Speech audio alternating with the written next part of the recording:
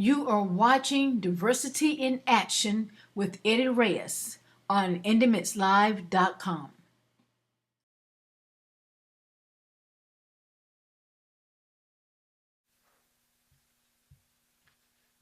Good morning and welcome to Diversity in Action with Eddie Reyes.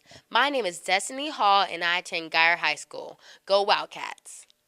Due to the high demand by its huge audience, Diversity in Action with Eddie Reyes, an award-winning CNN talk radio program, has grown to an extent that it naturally progressed to internet TV and radio, the future of media production.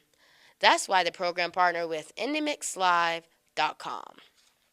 Diversity in Action with Eddie Reyes has already been recognized and received numerous media awards for its unique approach for disseminating critical and essential business information and for bridging commerce and culture.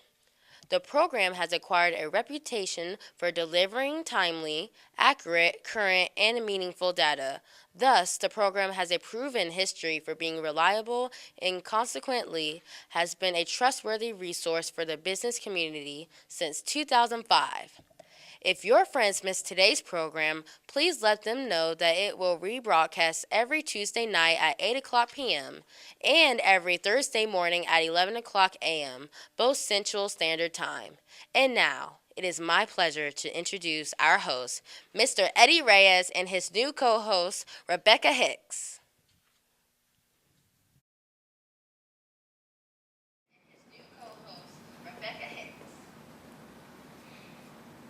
Good morning and buenos dias. Welcome everybody to Diversity in Action with Eddie Reyes and my two great co-hosts. As mentioned, Raquel is finally done with traveling for a little bit, so we're privileged to have her here today. I hope for a while.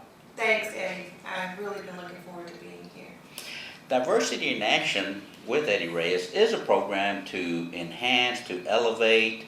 If you have a business or if you think of starting one, then we're going to give you some great ideas where to start, where to look for money, even how to get the money. However, before we go into that this morning, I want to introduce my two co-hosts. I've got Ms. Rebecca Hicks and Ms. Raquel Olivier. Please, Rebecca and Raquel, tell us a little bit about you. Tell the audience a little bit about you guys. I'm privileged. I know how special y'all are. Well, Raquel, I want to hear what Raquel has to say first. Okay, Raquel. She's new. Put her on the hot seat right away, right? Well, that's fine. I can handle the hazing. It's all right. Well, good morning, and I'm very, very pleased to be here. I'm Raquel Olivier, president of Olivier Inc. We're a project controls firm supporting the construction industry. We have also been more in a national presence now. I am very, very proud to announce through my travels that I've been recently nominated to the APTA Business Member Board of Governors. So I'm really, really excited to share that. Been in business for over 10 years. Kind of fell into construction nonetheless, but I'm a CPA. Been a CPA for over 15 years. One of the things that have been my passion is that I really want to be an employer and provide opportunities for people who would normally not get opportunities.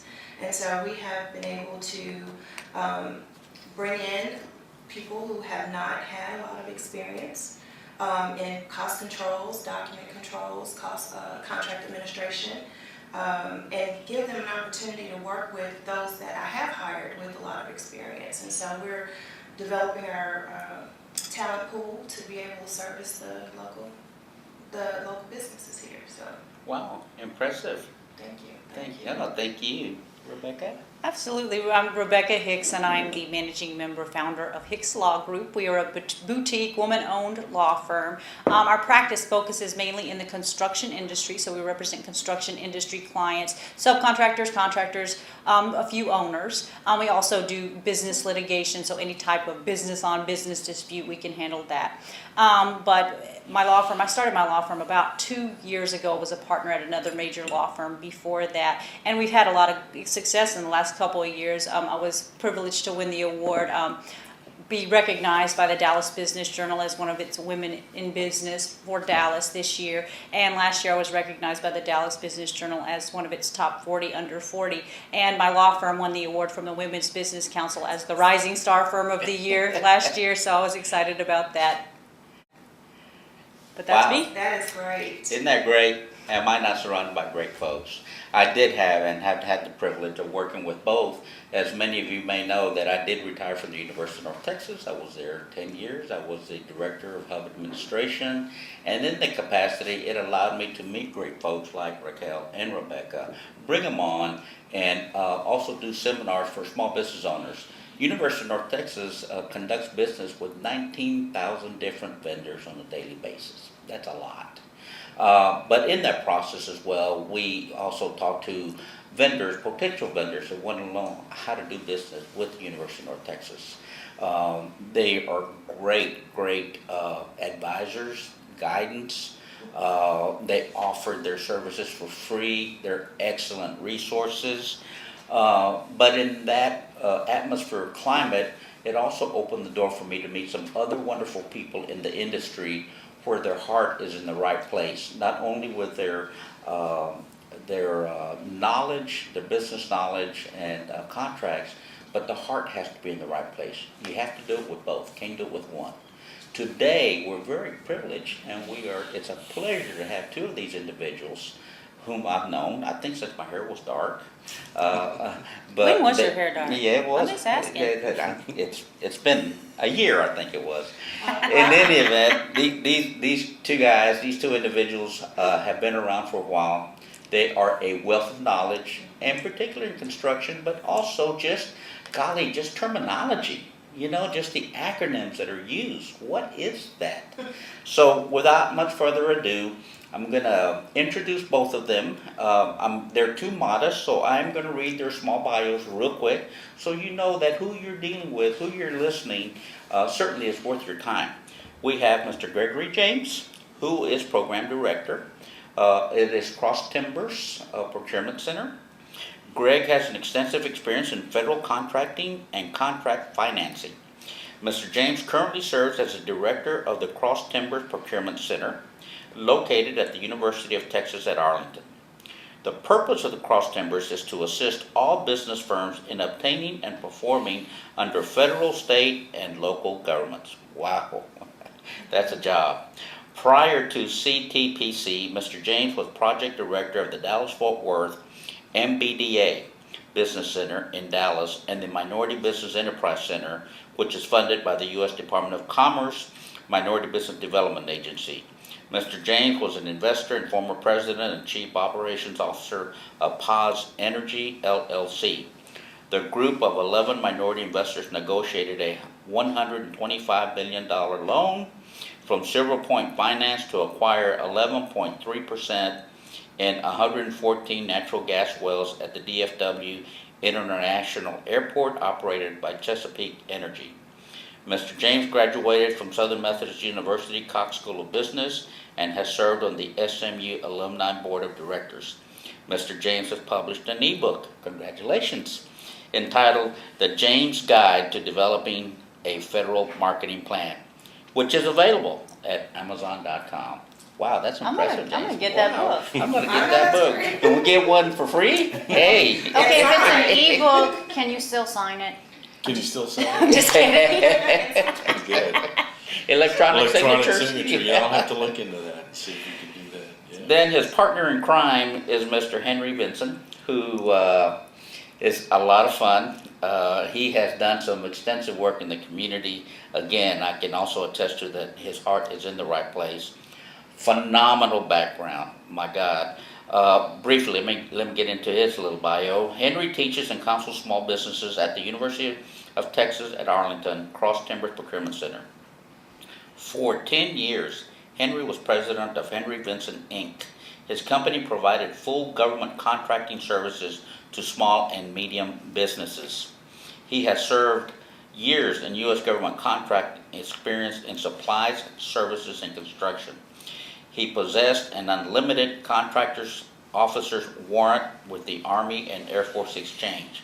He served as chief of the Construction and Equipment Division that was responsible for all major construction and major equipment acquisition worldwide. Wow. The division purchased over $500 million annually. He retired from the Department of Defense after 31 and a half years. He attended the Masters Institute of Government Contracting. He also has 18 years cultivated retail experience in the management of large retail and shopping centers for military forces. Henry has attended Texas A&M University. Would that be Johnny Football? George Washington University, the University of Wisconsin, Indiana, Bellevue University in Bellevue, Nebraska, and Cedar Valley College in Lancaster. His wife Millie is retired Department of Commerce employee, and his daughter Whitney is Director of Marketing and Public Relations at Richland College in Dallas, Texas. His son-in-law Robert is an Associate Dean at the Dallas Telecollege. His granddaughter Maddie is a 2023 SMU graduate, and his grandson Zach is a 2027 SMU graduate. That's funny. That's right. That's right. They know that too. Wow. Well, it's Well- okay to have expectations. Sure. Yeah. Can you imagine what the tuition will be in 2027? Their dad has a better idea. He graduated in SMU like you did, so they have a pretty good idea. I like how you allocated the resources back to the dad. Well, he's the payer. That's right. That's He's the payer. Robert's a good guy. Gentlemen, welcome, and Thank thank you very much Glad to be for here. coming this morning. I know that we all sacrifice. I know you're missing your grandson's soccer game, but maybe it was canceled It because may of the have been weather. canceled for So, rain, yeah. so maybe you won't be in the doghouse. Yeah. Well, guys, once again, thank you very much. Let's start with a very basic question. What is Cross Timbers? I know I read what it was, but in your Right. words, please tell us, who is it? What is it? Cross Timbers Procurement Center has been around since the early 80s. Yeah. It's considered a procurement technical assistance center, funded with a cooperative agreement between the Department of Defense, Defense Logistics Agency, and University of Texas at Arlington, along with some what we call our third-party contributors, mainly the major aerospace entities or companies in the North Texas area. Basically, our goal, our mission is to help companies, is to provide technical assistance, M&TA, management and technical assistance to companies that want to do business with the government. So we do a lot of different things. We do a lot of one-on-one counseling. We have workshops. We help our clients with understanding how to complete an RFP or a request for a proposal or a quote, how to get mentor-protege agreements, joint venture type agreements, and market research at the federal level. Henry, now what in particular do you do? I know what you do, but it's really insightful and so helpful. As little as possible. Of course. I have 6 classes, I think, that I teach. Everything from simple class, doing business with the government. I also teach a class called Understanding Government Contracting. I teach a class on how to assemble a technical proposal, because if you're going to get a service contract or a construction contract, my passion is construction too. But if you're going to get a contract with the federal government, you're going to need to learn how to do a technical proposal, so I have that class. I do one-on-one counseling to find out where you are in the process and where we think you need to go. And I tell them all that after we do the counseling, they're going to do one of 3 things. They're going to take our advice and follow it to the letter. Or they're going to take part of what we give them and throw part of it out. Or they're going to ignore us entirely. They're responsible for the success and or failure of the company, not us. We're there in advisory capacity. Wow. Well, we're going to take a quick break here, but when we come back, I really want to get into some of the challenges you see, because our viewers out there, maybe they're thinking they want to do, work with the with the U.S. government. So you guys are so insightful into that. Maybe we can address how they should prepare and what are the challenges. Okay. So you're watching Diversity in Action with Eddie Reyes. We'll be right back after these few messages. Thank you.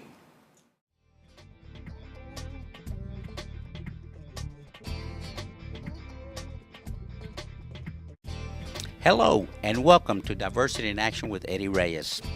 As the economy improves and with baby boomers retiring daily, there's a renewed strong interest for people wanting to start their own business. They want to create their own independence. Diversity in Action with Eddie Reyes, a business talk radio program, has been around since 2005, guiding and advising thousands of individuals on how to do just that, start a business. I am extremely proud and happy to announce that this award-winning CNN radio program has now moved to InTheMixLive.com TV and radio. Watch Diversity in Action with Eddie Reyes on InTheMixLive.com every Saturday morning at 10 a.m. Thank you for your consideration of perhaps being a sponsor, and we look forward to hearing from you. See you next time. Bye-bye. And we're back. Diversity in Action with Eddie Reyes. Thank you for watching. We really appreciate it. Our guest speakers today are Gregory James from Cross Timbers and Mr. Henry Benson as well. We were talking about those viewers that are interested in perhaps in trying to do business with the federal government, and I know that we've been focusing on construction, but is construction your specific area? Or say, for example, I sell computers. Do I come and talk to you and say, how do I tap into that? You can talk to any of our counselors. Basically, I concentrate on government, any government contract, construction, service, or commodity. My passion is construction, as I said, but we all have experience in government contracting. Gregory has experience there. You can see him. Jim Randall, who is the guy that takes care of how to do business with large primes. He too is very knowledgeable. You can go to him you can go to any of us, and Roger Flores does bid matching, but you can come to any of us and we'll get you in the right place. We also have our administrative assistant, Caitlin Johnson, that keeps us all together. That was the glue. In right? compliance, Yes, yes. in very compliance. different, yeah. My administrative assistant's name is Caitlin also, and she keeps my law firm going. So Yeah. I understand the Caitlin thing. Yeah, definitely.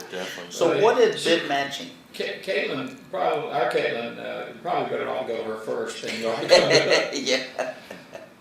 But mention, Yeah. there's no central procurement in the government. Especially in the federal sector, there's every government office has a buyer or a contracting officer.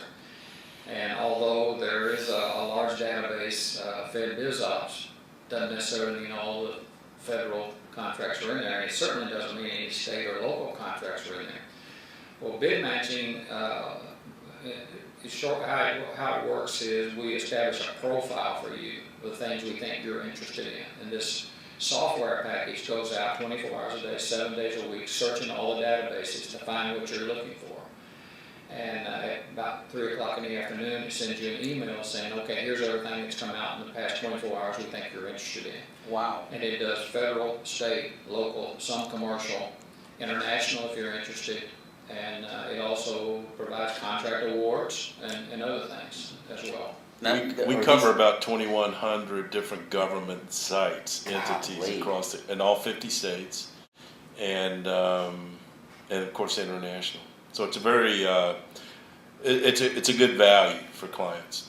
the technology, which we want to do a whole show on technology, but as you guys well know, I used to own a soap company, and I bought it in 1994.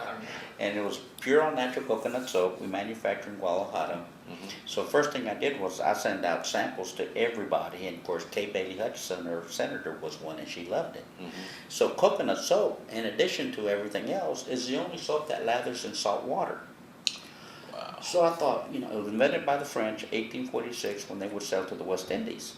So I'm thinking here one day, that some of these ideas just hit you, correct? So I'm washing my hands with my soap, and it lathers in salt water. I'm thinking, you know what? Where is our U.S. Navy? They're in salt water all the time. So how come they're not using my product? And so this was in 94. So I pick up the phone and call Kay Bailey's office. Said, I know you can't sell it for me, but this was before internet and everything was still being done by phone. So who do I talk to? So sure enough, after 90 days, they tracked down the purchasing agents at the Department of the Navy for soap. I go flying up there, man. I'm like that little boy, Pillsbury Doughboy. Man, I'm up there. I take my soap samples, walking into the Pentagon.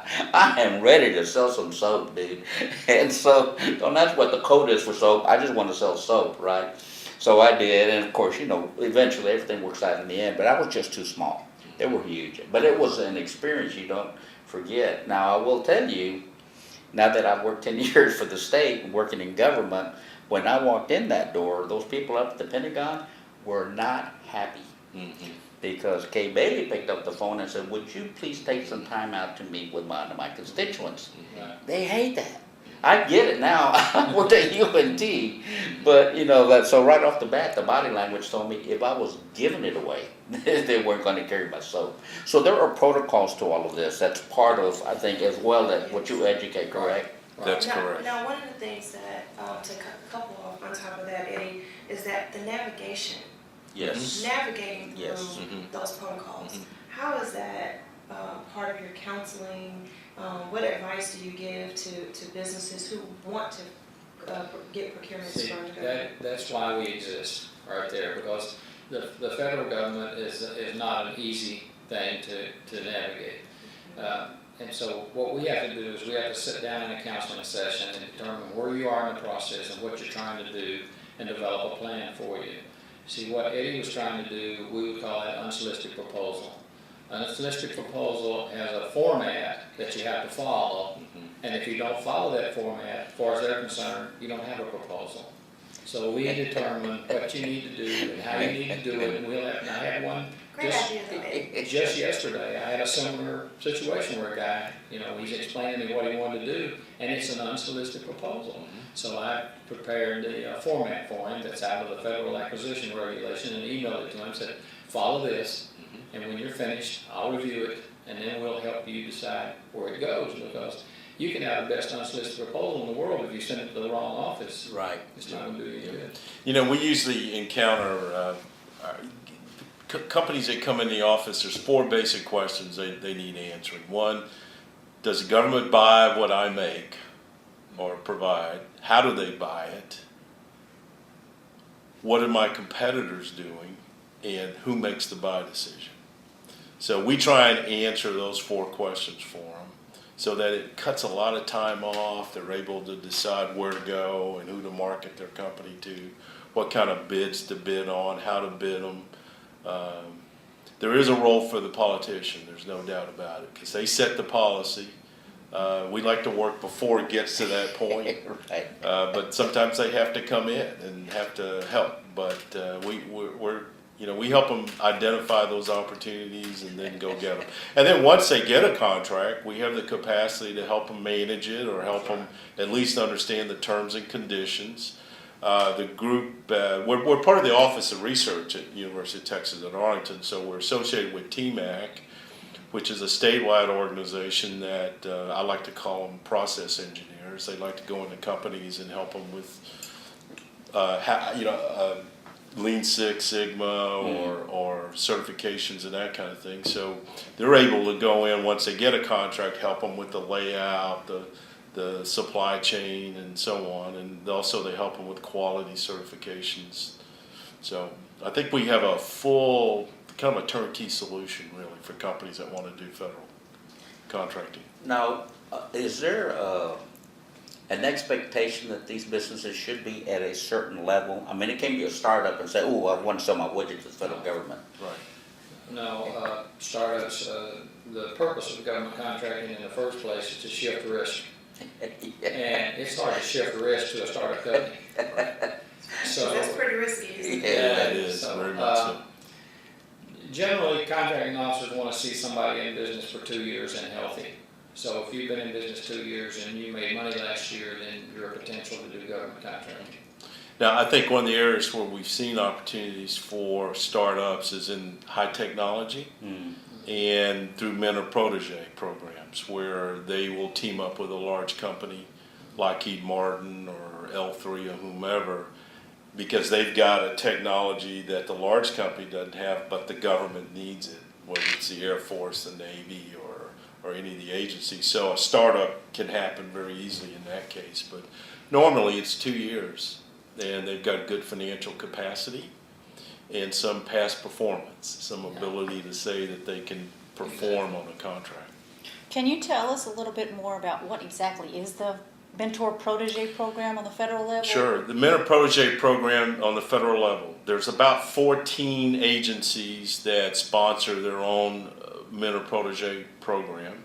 There's roughly about 1,300 different agreements across those 14 agencies. Basically, it's when a small company teams up with a large company, and the large company commits to the agency that they're going to provide what's called developmental assistance to that small company. And that includes everything from help with their personnel, help with their processes, help with their financing, help with all the different aspects to be competitive. And the key there is that some agencies see it as a teaming arrangement, some agencies see it as a joint venture. Interesting. And what we try and emphasize is that basically the large company says to the government, we're going to do this, and the government says, okay, if you do this, and we'll provide you with bonus points or brownie points toward your cost, your proposals and so on. And so what we try and emphasize, let the small company go after the larger contracts, because now they have a big company behind them. And in a lot of cases, a small company is able to sub, if they get a large contract, they're able to sub some of that work back to their prime. So it becomes a win-win situation for both parties. Now, how does sole sourcing and veteran disabled or disabled vet play a role in those mentor protege relationships as well? Well, to be the eligibility for mentor protege, first of all, the large company has to be not on a debarred list. They have to. And debarred means that they got in trouble in the past, something. What does that mean, I guess? Basically, they've been prohibited from doing federal contracting. For some reason. For some reason, yeah. They've committed some sort of crime, or I know, Henry, you've talked a lot about that on that end. Let's, we're going to be taking a break here, but that's a great question. Can we come back Sure. to that the minute we come back? You are watching Diversity in Action with Eddie Reyes, and we'll be right back after these few messages. I have the pleasure of being the superintendent of the greatest school district in the state of Texas. Students can choose to audition for the Fine Arts Academy, where they can participate in 7 different strands of the fine arts in a very rigorous academic environment. Students can choose to apply for DeBisky Career High School, where they can participate and learn in any one of 5 schools within a school to become work ready and college ready. These are just a few of the opportunities that our students and our parents will find in Grand Prairie ISD. Anyone can check out everything we have to offer at www.gpisd.org.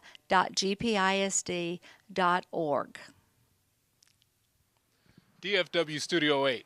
That's where all the artists that you've been here before, you understand it, you've met her, you've seen her, you understand everything that goes on here. And if you don't, you need to check out dfwstudio8.com. Phone number is 469-212-7001.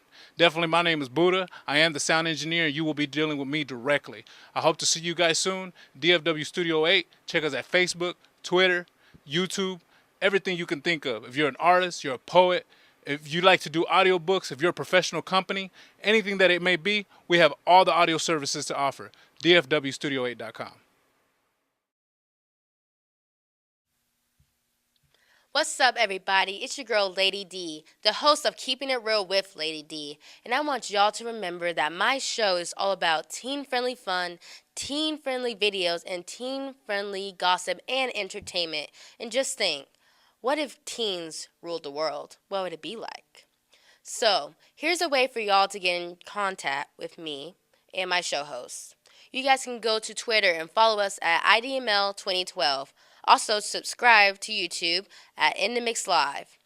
And go to Facebook and search In The Mix Live also. So, to promote your talent or business, log on to InTheMixLive.com and go to our contact page so you guys can get in contact with Lady D and Diamond. See you guys later.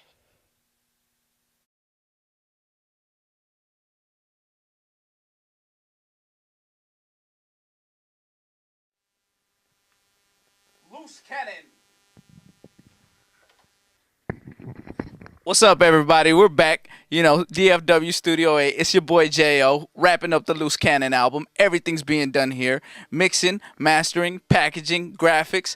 This is the place you need to be, people. I'm telling you, from the moment I lay down the verse to the moment that the CD gets into your hands, it's all being done here. DFWstudio8.com. Catch them on Facebook, Twitter, Instagram, all the networks. You know where it is.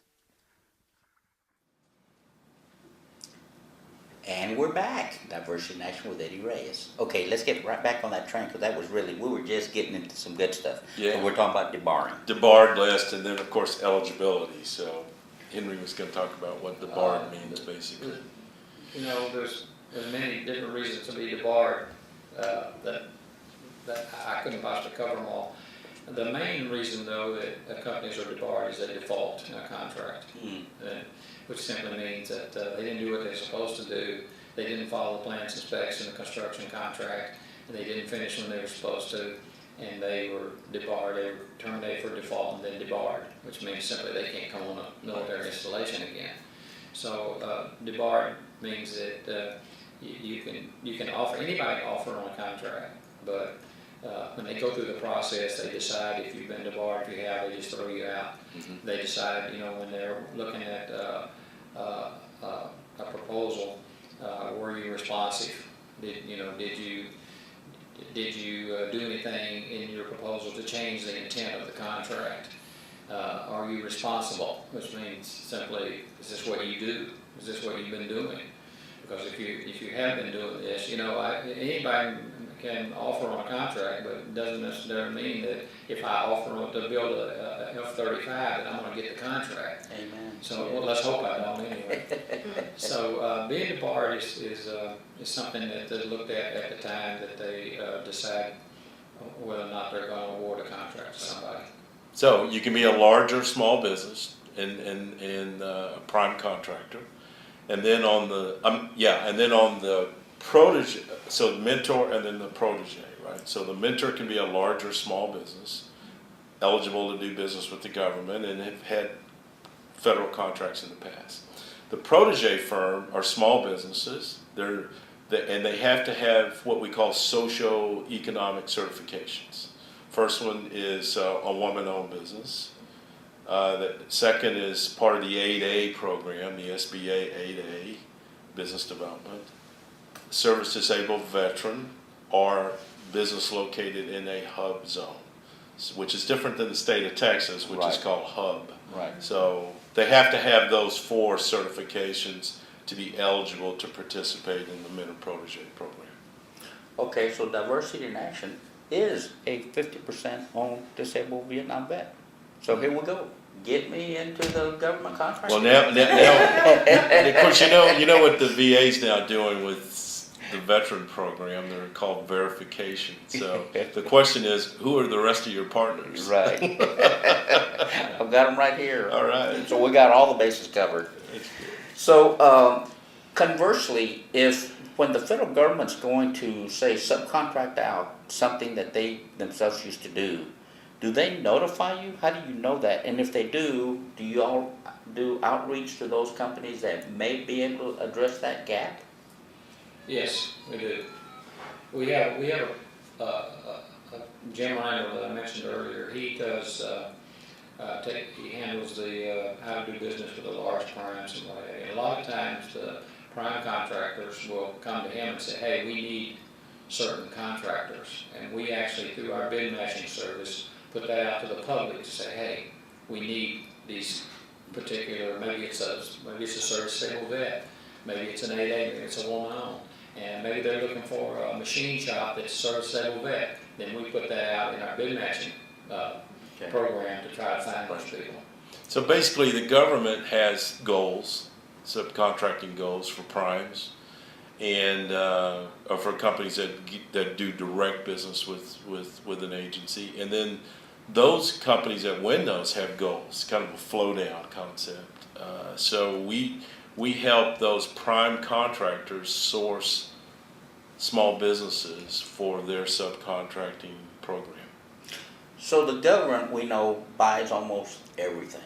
Correct. One Correct. way or another. I mean, whether it's to the Department of Defense or, AFES, they buy a lot of food. So people that are watching out there say, you know what, I got this great picante sauce. I've been in business for 2 years. How do I get AFES or the PXs to buy my picante sauce? Well, How you does need a that counseling work? session with us. If you do a counseling session with us and you want to sell it to APHIS, then I'm going to tell you to do something different than if you want to sell it to the commissary. So it depends on where you're trying to target, where you're trying to sell it. With APHIS, it's a pretty simple process. You go online to aphis.com and you fill out their source list application. And when you finish filling that out, you email it and it goes to the proper buyer. And then if they need it, they'll contact you. But it might not be that way. Let's assume for a minute that you're selling a picante sauce and they're wanting to buy this thing worldwide for dining halls, or maybe the embassies want to buy it. So then we're gonna reach that target through bid matching, because it's gonna go out into the databases. So you have to come to us to kind of to see which way you want to go. And that, by the way, that picante sauce could be procured by DynCorp or one of the large primes that operate facilities for, say, the Department of Defense, like forward bases in Afghanistan or other parts of the Middle East, because they have the contract to provide food service for the military. So Maybe you could be a picante protege. Yes, that was good. Well, Marguerite. speaking of the protege situation in terms of your bid matching, do you all do business development matching with the primes and your protege firms? Possibly, do you all try to find a match for them? Yes, we do. We what I usually tell proteges when they're saying, well, how do I find a mentor? I usually say, first thing, look in your own supply chain. Look at the people you're currently doing business with. They know you, you know them, and you might be surprised there could be a federal contractor in that supply chain. So that's the first place to look. The second place to look would be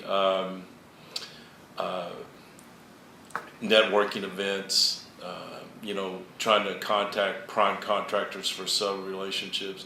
And a lot of times it's a balance there. Do I try and team up with a mentor that does the same work I do? And then the mentor says, well, I don't necessarily want to build a new competitor, although the government wants competition, but they may not want to do that. So, we usually say, okay, look for a synergistic relationship, a relationship where, say, if it's a general contractor and they do everything and you specialize in one trade, then that's a great relationship, because then they can take you with them and they don't mind you growing. So as they grow, you grow. So it takes a little bit of research, but the first place is your own supply chain. That's the best place. So Henry, I dealt with a lot of vendors I dealt with on the construction side while I was at UNT. Started getting into federal contracting, especially on military bases. So what the heck is going on there? Is it still going on? Because it just seemed like everybody I knew that was in construction was getting a contract to work on military bases. Yeah, well, it's in cycles. Everything's seasonal, as they say, but it depends on what's going on in the government. During BRAC, when we were closing down military installations, construction went way up. And you say, well, if they're closing down installation, why did construction go up? Well, it went up because you can't just, when you move those troops, you got to move them somewhere, and you need more facilities. So when you take a place like Fort Bliss, who a few years ago didn't have as many troops as they got now, it's just the construction out there just went crazy. APHIS, just a year or so ago opened up a 419,000 square foot PX out there. Wow. So it depends on where you are, where the location is, and the time of the year, of course. Our new year just started in the federal government, so we had an increase of spending money to the end of the year, and now we've got money that was sitting there waiting, but it couldn't be spent till the new year started. So we're looking at a time right now when the government is spending money, but it depends. It depends on where you are and what time of the year it is and what's going on in the government. Well, how has the government shutdown impacted what you guys are doing, or the contracts that you're working with your clients to get or perform on? Well, I like to characterize it as a slim down as opposed to a shutdown. But our funding was pre-allocated, and so we're in business. There's about 91 or so what we call procurement technical assistance centers around the country, and so we're in business and we're operating. There are some, I think.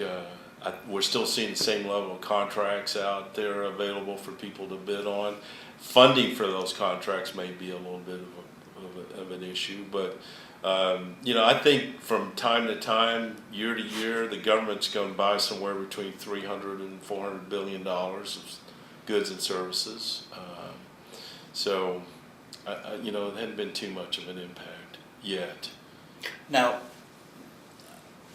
I guess the budget was already approved for this new fiscal year, correct? So the dollars are there to pay for the construction and for other items that they're going to need. Is that correct? I heard that's correct. I heard recently that not too much is going to happen with contracts that's been awarded. The only thing that can happen, and we're faced with that too, is do you have anybody there that can process an invoice when you need to be paid? Yeah, right. That's the biggie right now. The Oh, that's furloughs. true. Yeah. Yeah. So what are some of the advice that you guys may give to our audience would be, if you're going to come see us, kind of have ABC, bring it with you, documentations. What do you guys recommend or advise our audience that they need to be aware of? And then second, how do they reach you? How do they contact you? What's your website, phone number, whatever? Well, I'll start with the website and then Henry can address the other part. But it's uta.edu/Cross Timbers, and you should be able to get all the information that we have, how to get in touch with us. We're located on campus now in Arlington. Can I give our phone number? Yes, please. 817-272-5978. And we're there every day. And I know I just put Cross Timber Procurement and Googled it and found you guys this morning. So. Very good. Good old Google. Yeah, good old Google. It's a great website, by the way. Yeah. So you can tell it's updated. It's right on. Oh, thank you. It's not Yeah. dated. Henry, what kind of advice would you tell a vendor out there that's thinking of coming and knocking on your door? What do they need to bring you? We really want them to go to the website first. They can call the phone number or get in touch with us at events or what have you, that's okay. But if they go to our website and they fill out what they need to do, it gets them in our database. And once they get in there, someone is going to send that to a counselor and we're going to contact them. And once I contact them, I'm probably going to send them a checklist that they fill out. So when they fill that checklist out before I do the counseling session, I can look at that checklist and tell what they need to do. And then we'll do about a 1-hour counseling session where we'll get them. We know, when we have a client, we only go away when they tell us to. So once we do a counseling session, we don't stop there. We expect them to come back to us and say, hey, I had a problem doing this or I had a problem doing that, and we help them with that. And then we just keep going and keep helping them until we get the results. What great support. What great support. It is a safety blanket. Well, it does seem like once you get your contract, once you go to do your counseling session, you guys kind of help navigate through the bid match or the mentor protege program, and you actually get your contract. There's this contract compliance component piece that always seems to be the thing that just stops the wheel from turning. Yeah. And one of the things that it sounds like you guys provide that as well in your services. We so do. So can you elaborate a little more about the compliance component? Well, first of all, I don't think they're going to get a contract unless they've had past experience in performing that job. I mean, the way things are today, it's, they want to make sure that it's the risk issue. So they've had some experience in contract compliance, but I think Henry's past experience as a contracting officer helps very much in terms of especially the finer things, the things that are kind of in between the lines. Henry can tell them pretty good. A lot of times contractors wait till the wheel comes off before they contact us. And I tell them, you know, when the wheels Like a start, lawyer. Yeah. Or Or- CPA. when the wheel starts to wobble, you need to call us. You need to get in touch with us. No way that comes off, because a lot of times, if we get to a point where, and I'm sure the attorney will agree with this, when we get to the point where they get a cure letter, we can help them there still. But when they get a show cause letter, they're pretty much done. Now, what are those two? Well, you know, we're the government, the contracting officer is going to warn you about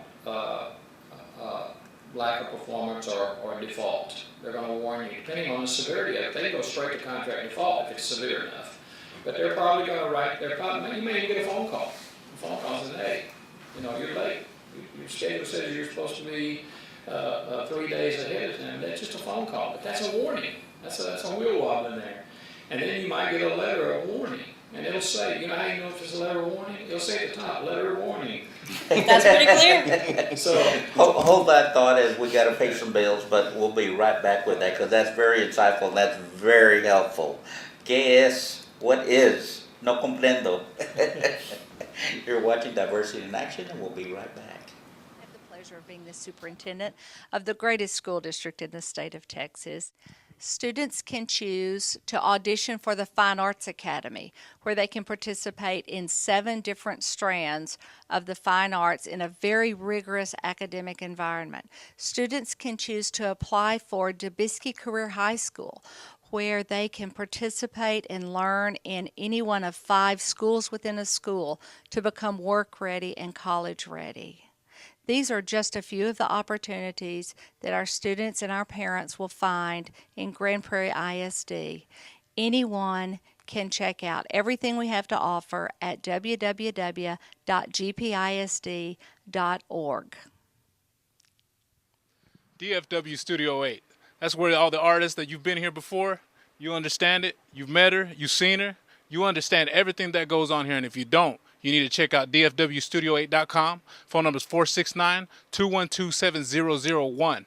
Definitely, my name is Buddha. I am the sound engineer, and you will be dealing with me directly. I hope to see you guys soon. DFW Studio 8. Check us at Facebook, Twitter, YouTube, everything you can think of. If you're an artist, you're a poet, if you like to do audiobooks, if you're a professional company, anything that it may be, we have all the audio services to offer. dfwstudio8.com.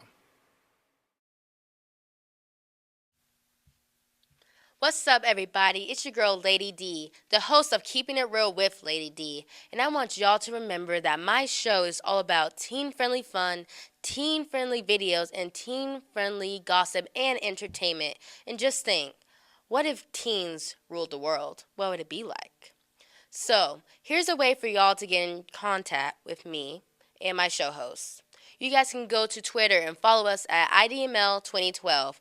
Also, subscribe to YouTube at In The Mix Live. And go to Facebook and search In The Mix Live also.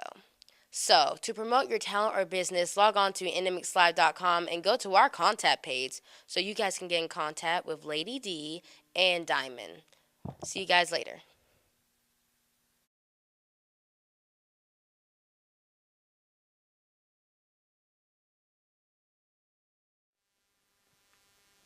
Loose cannon.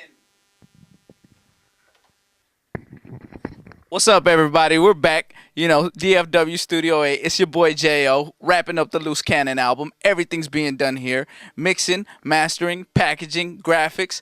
This is the place you need to be, people. I'm telling you, from the moment I lay down the verse to the moment that the CD gets into your hands, it's all being done here. DFWstudio8.com. Catch them on Facebook, Twitter, Instagram, all the networks. You know where it is.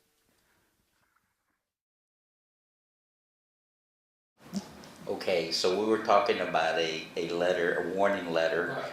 That's step 1, correct? That's when the wheels are already yeah, wobbling? it depends on the severity of the breach, right? If it's severe enough, they can go straight to contract termination. But normally you get a series of warnings, and then after the letter of warning, you're probably going to get a cure letter. And a cure letter is, how do you know it's a cure letter? It says cure letter at the top. And then it tells you cure the problem. It just says cure it, you know? And then the next letter in that sequence is show cause. Now, when you reach the show cause, we probably can't help you anymore because it's going to termination. You say, well, wait a minute, it's telling me that I've got an opportunity to get well here. It is, but it's telling you that you're going to have to show them an act of God caused this breach. And if that's the case, fire, flood, whatever, if that's the case, chances are they're going to know about that back when you got the letter of warning. Yeah. So when I was doing this, and I know it's probably not right, but it's the real world, we sent the show cause letter and the termination letter at the same time over the lawyers. Because we pretty much knew that the termination letter was going to follow. So when you get a phone call saying something's wrong, or you get a letter, maybe it doesn't say letter of warning, maybe it just says, hey, you got a problem there. Maybe you get a letter of warning, maybe you get a clear letter, you contact us, we help you with it. But when you get to those other letters, it's pretty much over for you. You know, we see so much adversarialism, you know, between the contractor and the agency or the supervisor that's overseeing the contract. It's a relationship. Sure. You know, it really is, and it's a two-way street, and there should be respect. And I think as long as there's good communication all the way down the line, they'll work with you because they want to see the job completed. They want to make sure that we helped this company out and they've done a really good job, and that we want to make sure they get another. You know, so it's a relationship, and so a lot of small businesses or contractors will get very quickly in an adversarial relationship, and it goes downhill after that. Well, now do agencies themselves, the federal agencies, we are used to networking and getting out in the community. They don't do that, do they? You know, there are guidelines in how you, what kind of relationship you can have with a contracting officer. There's just no doubt about it. You go to lunch, they have to pay for the lunch. Right. As opposed to an industry, usually you'll pick the tab up in entertainment. But they're still human beings, you know, and they still, you know, want to feel that, so you can establish relationships. In fact, we emphasize a lot in our marketing activity that you do establish a relationship with them, even if it's over the phone, even if it's showing I bid. Now I didn't get the contract. Help me. Tell me what. Correct. What do I need to do to get it? So you're building that relationship with them where they're having some confidence and you can do the work and go visit them. So you know. Go ahead. Well, I know we talked a little bit up front about some of the educational courses that Cross Timbers offers. Is there a schedule that our viewers could look at to tell when they can go attend some of those types of programs?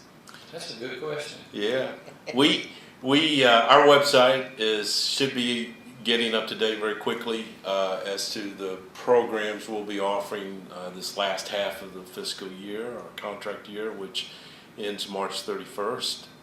And we also do workshops with the Center for Government Contracting, Bill Priest, and you can look on their website and it'll show some of the classes that we do there.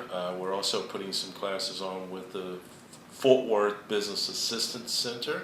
As you notice, I'm trying not to use acronyms. Right. Thank you. Anytime. Sure.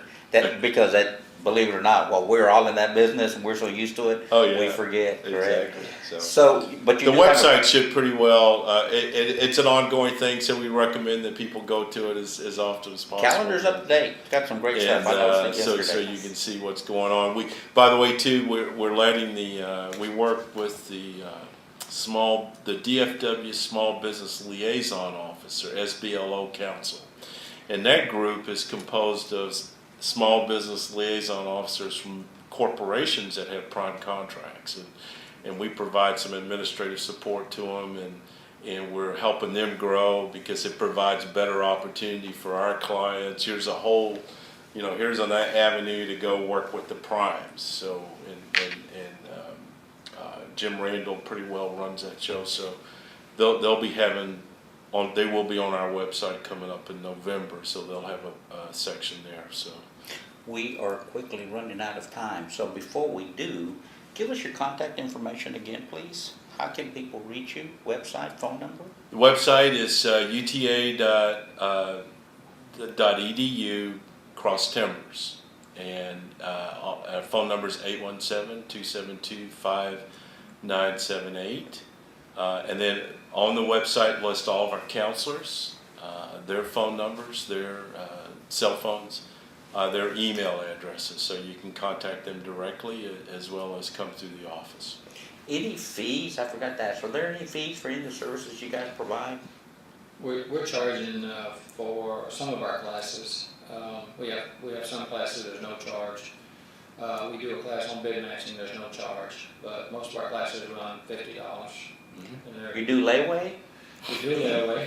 You know, we charge for our bid match service. It's a 30-day free trial, which gives you an opportunity to work out the kinks and make sure it works, and then it's $200 a year, which is pretty reasonable. No kidding. We also have, we do market research, or procurement profiles we call them, where that's $250, where we'll basically give a warm leads list to a client where to go to market their product.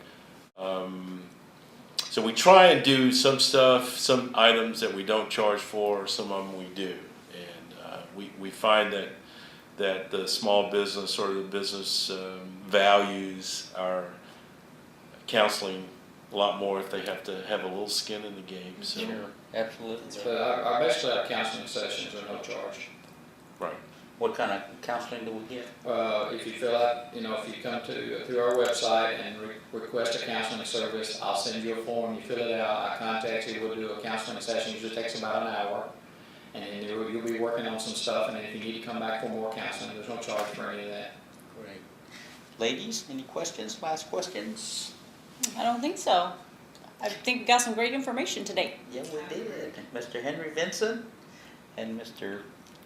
Gregory James, thank you so much for being with us today. Thank you. We really appreciate it.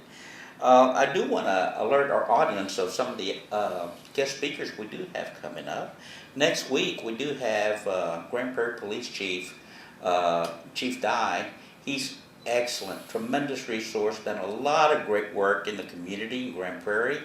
He's going to talk to us and inform us about some of the programs they're doing to help the small business, and whether it's technical programs or whether it's patrolling. Very insightful, something that can help you, the small business owner, and how to get involved with your local police department. Great guy. That's Chief Dye from Grand Prairie next week. The following week, we do have a couple of gentlemen, one from the city of Arlington and the other one from the North Texas Tollway Authority. And they're going to be our guests, and we're going to find out just how do we do business with the city of Arlington or NTTA. They're all great guys that have been around. It's like all of us. I think we all kind of are family. We know each other. We've been around. However, most of our audience are not aware. We're almost like a secret society. It's like we're almost under. Do you know the handshake? Yes. Do you know the handshake? And I always like to say your network is your net worth. So that is something that we're really excited about, having those two gentlemen come in. And then I'm very proud to say, to announce that Saturday, which is November the 9th, 2 days before Veterans Day, November 11th, I was able to recruit. It is the 20th anniversary of the Battle of Mogadishu. And if anybody saw the movie Black Hawk Down, you know what I'm talking about. Well, I have 2 of those Army Rangers that are going to be my guest speaker, who were there, who helped write the book. So I'm very excited about that special Saturday as well, honoring our veterans. So please stay tuned. Thank you very much for watching Diversity in Action with Eddie Reyes, and my co-host, Ms. Rebecca Hicks and Ms. Raquel Olivier. Thank you, ladies. Really had a good time again. Henry, I know where you are. So you're watching Diversity in Action with Eddie Reyes, and we'll be back next week. Thanks so much for watching. You are watching Diversity in Action with Eddie Reyes on InTheMixLive.com. Watch Diversity in Action with Eddie Reyes on InTheMixLive.com every Saturday morning at 10 a.m. Thank you for your consideration of perhaps being a sponsor, and we look forward to hearing from you. See you next time. Bye-bye.